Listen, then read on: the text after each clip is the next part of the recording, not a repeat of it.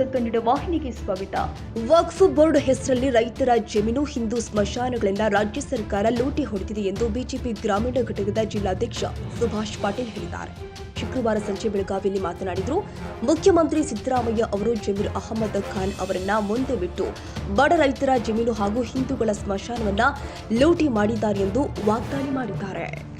ಈ ರಾಜ್ಯದಲ್ಲಿ ಯಾವಾಗ ಕಾಂಗ್ರೆಸ್ ಸರ್ಕಾರ ಅಧಿಕಾರಕ್ಕೆ ಬರುತ್ತದೆಯೋ ಆವಾಗ ಮುಸ್ಲಿಮರ ಒಂದು ತುಷ್ಟೀಕರಣದ ಅಂಗವಾಗಿ ಇವತ್ತು ವಕ್ಫ್ ಮುಖಾಂತರ ಇವತ್ತು ನಮ್ಮ ರೈತರ ಫಲವತ್ತಾದ ಜಮೀನುಗಳನ್ನ, ಮಠಮಾನ್ಯಗಳ ಜಮೀನುಗಳನ್ನ ಮತ್ತು ಹಿಂದೂ ರುದ್ರಭೂಮಿಯ ಸ್ಮಶಾನಗಳನ್ನು ಕೂಡ ಇವತ್ತು ಒಪ್ಪಕ್ಕೆ ಇವತ್ತು ಭರಿಸುವಂತ ಕಾರ್ಯಕ್ರಮವನ್ನು ಜಮೀರ್ ಅಹಮದ್ ಅವರು ಸಿದ್ದರಾಮಯ್ಯನವರ ಒಂದು ಆದೇಶದ ಮೇರೆಗೆ ಇವತ್ತು ಎಲ್ಲಾ ಜಿಲ್ಲಾಧಿಕಾರಿಗಳ ಮುಖಾಂತರ ಇವತ್ತು ರೈತರ ಪಹಣಿ ಒಳಗೆ ವಕ್ಫ್ ಆಸ್ತಿ ಅಂತ ನಮೂದಾಗಕ್ಕೆ ಯಾರಾದ್ರೂ ಕಾರ್ಮಿಕರಿದ್ರೆ ಭ್ರಷ್ಟ ಮುಖ್ಯಮಂತ್ರಿ ಸಿದ್ದರಾಮಯ್ಯನವರು ಮತ್ತು ಜಮೀರ್ ಅಹಮದ್ ಖಾನ್ ಅವರು ಇವತ್ತು ಇಡೀ ದೇಶಾದ್ಯಂತ ನಮ್ಮ ಭಾರತೀಯ ಜನತಾ ಪಾರ್ಟಿ ಆಗ್ರಹ ಇದೆ.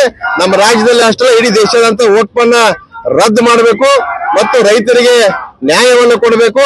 ವಕ್ಫ್ ದೇಶದಿಂದ ಹಟಾವು ಅನ್ನದಾತ ಬಚಾವು, ನಮ್ಮ ಭೂಮಿ ನಮ್ಮ ವಕ್ಫ್ ಎಂಬ ಒಂದು ಧ್ಯೇಯ ವಾಕ್ಯದಿಂದ ಇವತ್ತು ನಾವು ಇಡೀ ರಾಜ್ಯಾದ್ಯಂತ ಮಾನ್ಯ ರಾಜ್ಯ ಅಧ್ಯಕ್ಷರಾದ ವಿಜೇಂದ್ರ ಅವರ ನೇತೃತ್ವದಲ್ಲಿ ತಾಜಾ ಸುದ್ದಿಗಾಗಿ ಎಂಟಿವಿ ನ್ಯೂಸ್ 24x7ಗೆ ಸಬ್ಸ್ಕ್ರೈಬ್ ಮಾಡಿ ಮತ್ತು ಬೆಲ್ ಐಕಾನ್ ಅನ್ನು ಒತ್ತಿ. ತಪ್ಪದೇ ಲಿಂಕ್ ಶೇರ್ ಮಾಡಿ.